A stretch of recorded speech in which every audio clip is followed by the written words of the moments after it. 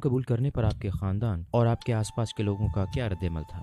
میرا خیال ہے سب سے پہلے میں نے اپنی ماں کو بتایا تھا۔ وہ کافی فکر مند ہو گئی تھیں کیونکہ ان کے بھی وہی تعصبات تھے جو میرے ہوا کرتے تھے۔ میں سمجھ سکتا تھا، ہم شروع میں بحث کرتے تھے اور وہ اسلام کے بارے میں توہین آمیز باتیں کہتی تھی۔ میں نے انتہائی دفاعی رد عمل ظاہر کیا، عقل مندی نہیں دکھائی۔ میں نے ان کے ساتھ سخت رویہ اپنایا اور سبحان اللہ، میرے خیال میں میرا اسلام لانا صرف اللہ تعالیٰ کی نعمت ہے کیونکہ میں نے کوئی اچھی مثال قائم نہیں کی تھی۔ حالانکہ انہوں نے تبدیلیاں محسوس کی تھیں، لیکن میں اپنے انتخاب کے بارے میں بہت پرجوش تھا اور سبحان اللہ، آخر کار انہوں نے کتابیں مانگی اور کوشش کی، اور شاید وہ میری تردید کرنے کی کوشش کر رہی تھیں یا مجھے غلط ثابت کرنے کی، اور نتیجتاً انہوں نے اسلام قبول کر لیا۔ واقعی میرے اسلام قبول کرنے کے تقریباً 1.5 سال بعد یہ ایک بڑا جھٹکا تھا کیونکہ مجھے اس کی توقع نہیں تھی، اور پھر میں نے اپنے بھائی سے کہا۔ میرے بھائی کا رویہ کافی ناپختہ تھا کیونکہ وہ میرا مذاق اڑاتا اور میرے انتخاب کی وجہ سے کافی ناراض تھا کیونکہ میں بدل گیا تھا۔ جو کام مجھے پہلے پسند تھے اب نہیں کرنا چاہتا تھا، اور شاید اپنے والد کو میں نے سب سے آخر میں بتایا۔ انہوں نے کوئی پرواہ نہیں کی، اور مجھے یاد ہے میری دادی، انہوں نے کہا میں ہمیشہ سوچتی تھی کہ تم پادری بنو گے۔ میں نے کہا میں نہیں بن سکتا، اور میں ان سے بات کر رہا تھا۔ انہوں نے کہا تمہاری بات معقول ہے لیکن میرے لیے ممکن نہیں، میری پرورش اس طرح ہوئی ہے۔ میں نے کہا لیکن دیکھیں بائبل کیا کہتی ہے۔ انہوں نے کہا میں نے کبھی بائبل نہیں پڑھی۔ انہوں نے کہا میں صرف وہی سنتی ہوں جو پادری کہتا ہے، لیکن آپ کم از کم بائبل کی باتوں پر یقین تو رکھتی ہیں۔ کہنے لگی اس سے فرق نہیں پڑتا کیونکہ میں بدل نہیں سکتی۔ کیا اسلامی عبادات جیسے کہ دن میں 5 بار نماز پڑھنا یا پورا مہینہ روزہ رکھنا شروع میں آپ کے لیے مشکل تھا؟ سچ پوچھیں تو شروع میں نماز مشکل نہیں تھی، لیکن میرے خیال میں میرے طرز زندگی کی وجہ سے مجھے عادت نہیں تھی۔ میں نماز میں شامل ہو جاتا یا رات کو نماز پڑھتا اسی طرح، لیکن فجر ہمیشہ وقت پر پڑھتا کیونکہ میں ہمیشہ صبح جلدی اٹھتا تھا، تو میرا خیال ہے پورا دن میں تھوڑا مصروف ہوتا تھا۔ لیکن بہت جلد میں نے خود کو ڈھال لیا۔ زندگی میں نظم و ضبط بہت ضروری تھا اور اسلام آپ کو وہ نظم و ضبط دیتا ہے، تو مجھے لگتا ہے کہ میں اس میں بآسانی ڈھل گیا۔ روزہ رکھنا آسان تھا، میں نہیں جانتا، مجھے بہت پسند تھا۔ اسلام قبول کرنے کے بعد آپ کو کون سے 3 بڑے چیلنجز کا سامنا کرنا پڑا؟ پہلے نمبر پر سپورٹ ہے، اور آخر میں ہم سب سماجی مخلوق ہیں، ہمیں پیار چاہیے، ہمیں تعلقات چاہیے، ہمیں قبولیت کی سراہے جانے کی ضرورت ہوتی ہے۔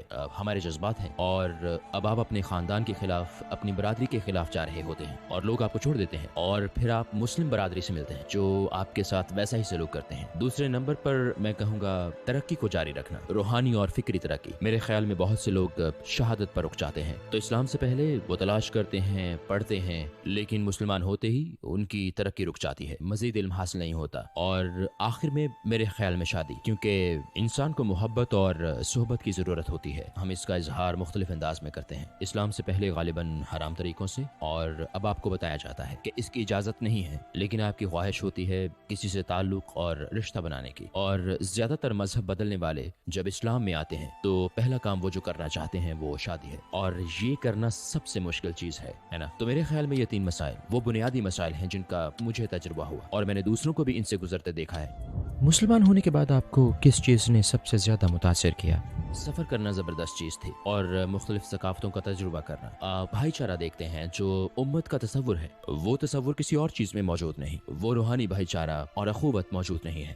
آپ بطور عیسائی کسی دوسرے ملک جاتے ہیں اور آپ چرچ جاتے ہیں، لیکن کچھ تسلیم شدہ چیزوں کے ساتھ۔ بحیثیت مسلمان آپ دنیا میں کسی بھی جگہ جا سکتے ہیں، تمام اختلافات کے ساتھ کہیں بھی، اور آپ کا رخ ایک ہی قبلہ کی طرف ہوتا ہے، آپ وہی قرآن پڑھتے ہیں، آپ کے پاس وہی بھائی چارہ ہوتا ہے، آپ وہی السلام علیکم کہتے ہیں۔ اور میں افریقہ کے ان ممالک میں گیا ہوں جہاں ہمارے ساتھ افریقی نژاد امریکی ہوتے ہیں، وہ ہوٹل سے باہر نکلنے کی ہمت نہیں کرتے تھے، اور میں فجر کے وقت نکل جاتا تھا، اور کچھ افریقی بھائی مجھے واپس چھوڑ دیتے تھے مجھے ناشتہ دینے کے بعد۔ ہم اکٹھے نماز پڑھتے تھے، اکٹھے قرآن پڑھتے تھے، اور لوگ مجھے دیکھتے تھے۔ ہوٹل واپس آتے ان کے ساتھ ہنستے ہوئے۔ میں زبان نہیں جانتا تھا لیکن ہم جڑ سکتے تھے۔ افریقی مجھے افریقیوں کے ساتھ دیکھ کر حیران ہوتے تھے کہ یہ کیا ہے، اور ایک لفظ وہ کہتے تھے آپ یہ کیسے کرتے ہیں؟ میں کہتا تھا اسلام، صرف ایک لفظ اسلام، اور میرے خیال میں یہ ایک معجزہ ہے۔ مجھے نہیں لگتا یہ کسی معجزے سے کم ہے۔ لوگ واقعی اپنی آنکھیں کھولنا چاہتے ہیں اور اپنے تعصبات سے چھٹکارا پانا اور صرف حقیقت دیکھنا چاہتے ہیں۔